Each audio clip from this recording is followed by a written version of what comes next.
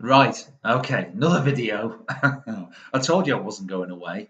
I've been immersed in some work recently, particularly around the work of a guy who's very familiar to lots of people around the world. It wasn't really particular to me, but I've started to look at his work really in depth, and it makes a difference. And so this is the work of Dr. Joe Dispenza. And I'm reading his book at the moment called You Are the Placebo. And it's fascinating. He talks about rewiring the subconscious programming and all this kind of stuff. And sometimes, things get a little bit sciencey. And I can, I do it myself. I glaze over a little bit and I really have to concentrate on what he's saying. And then I have to go back and so on. But ultimately, the concept, the basic concepts are there. And I know that because I can explain it, I suppose. And I do that because I do it on this media simply because I think there is a conversation, as I've spoken about before, that needs to happen, wants to happen. But if we get a little bit too sciencey, then people do tune out a little bit. So the idea of this page, the idea of the book I wrote last year, and the videos that I do is to try and bring it into a more mainstream or practical way.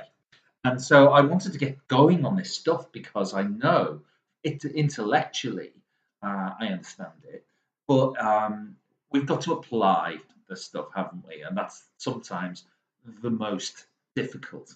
The word of 2018, if you didn't know, and I haven't mentioned it already, is application. And we need to apply this stuff. It's all very well having libraries and libraries of information, but they're useless to us if we don't do anything about it. So I wanted to get going on this stuff and see how it worked because we look for proof everywhere. We'll invest time in something if we see somebody has changed as a result of. You can look at January, for example. There are diets, of course, there are. There are exercise programs that people are doing, and there are changes going on. And in order to sustain that change, we've got to make sure that it works for us. There's no point going on a juicing diet, a vegetarian diet, and no dairy and no fish, whatever, if it's not going to be something that you can sustain. And so we've got to basically look at how to change these subconscious programs. And that's really what I wanted to talk about briefly on this one this morning. And I started to try something myself because I think when we change something about ourselves, it feels weird. It might feel new to begin with, oh, I'm going to get on the treadmill or I'm going to do yoga, I'm going to meditate this morning and I'm going to drive a different way to work, whatever it is, whatever change you want to make, I'm going to be more healthy. Then it feels new. Of course it does, and we all like new stuff. But they call this time of the month in January, I think it's something like fail day. This is where people go, you know what, I've tried that. It doesn't work for me. And away we go into the old program. So there is a cycle that I wanted to talk about this morning on this particular video, and there's loads of content that I want to get across. And it's just finding the opportunities to do these videos, to record these, to get these out.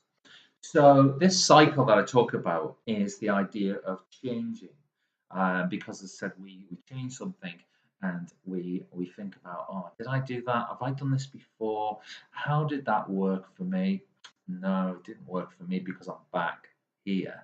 And so we might not even start it. We might just think of it and go, no, it's not for me. I've tried it before. So essentially, we're living our reality right now, today, in the past. And this is what I wanted to talk about. So how do we create this change, this break? How do we break it? Now, if you think about the cycle I just mentioned, it goes like this. You have basically a thought, and it could be a thought around, let's, for example, say you want to get more healthy. So The thought is, I want to get more healthy. So then we then make a choice, as we do. We create the diet strategy. We drink less alcohol, or we eat less chocolate, or whatever. So we've got the thought, I want to get more healthy. We've got the choice. Now, if we stop there, then what happens is we break the cycle. So we carry on. Okay. So we start into the behaviors. We modify our behavior. And what happens here is we go to the gym, or we don't touch the chocolate. And so you can see how this is changing us. Okay. And then what happens after that is we have an experience. Now, the experience is the key.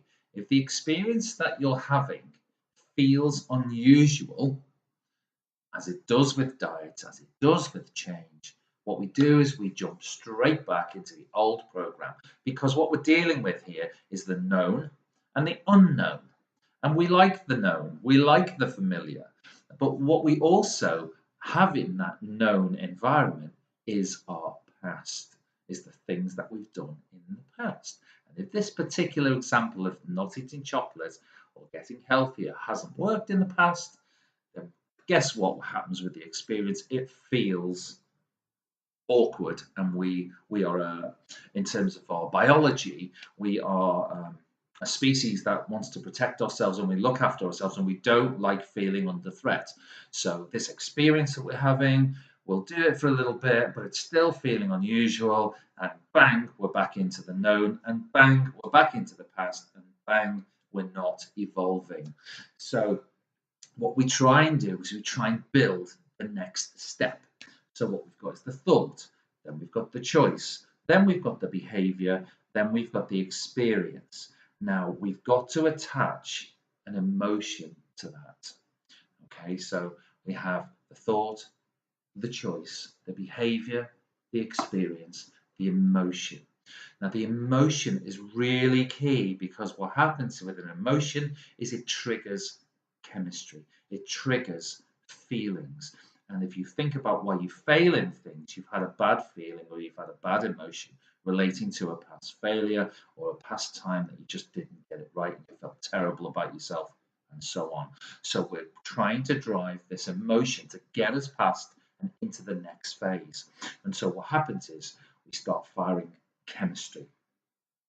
How do we get a good emotion? Well, we are looking to be consciously aware of what we're doing, because the moment, like with our busy lives, the moment we move into a stressful situation, we default.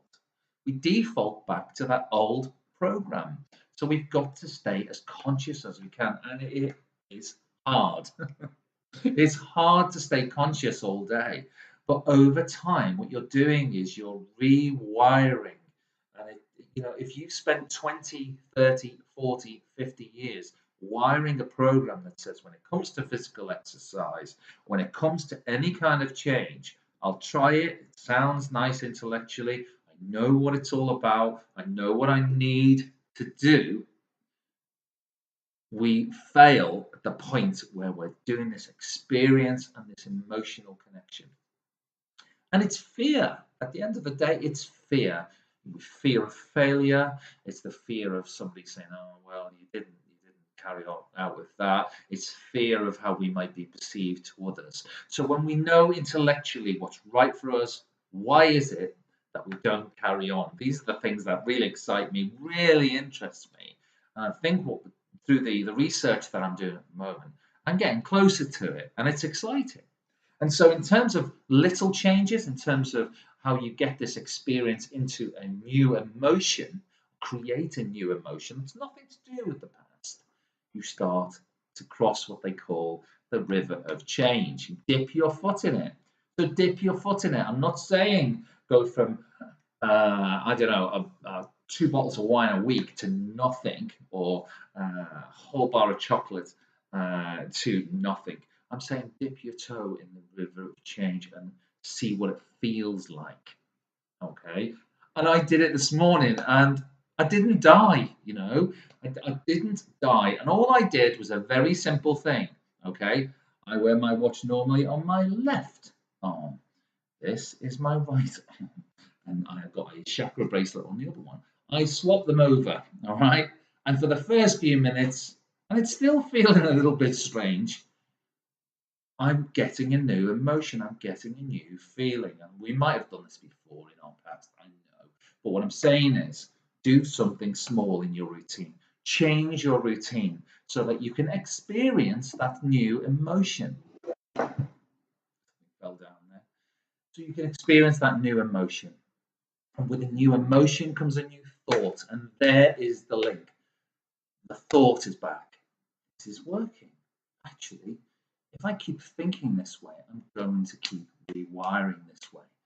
And as Joe Dispenza says, neurons that wire together fire together. So you're in this loop, this good loop. You know that it's good for you. You have a think. You start the behavior or the choices. You make those choices. You start the behavior. You start to do something differently. The experience is going to be different, but it's going to bring a new emotion. Okay, the emotion there is the key. Get these two things right, experience and emotion. You take any success you make in any 24 hours into the next day, into the next day, into the next day.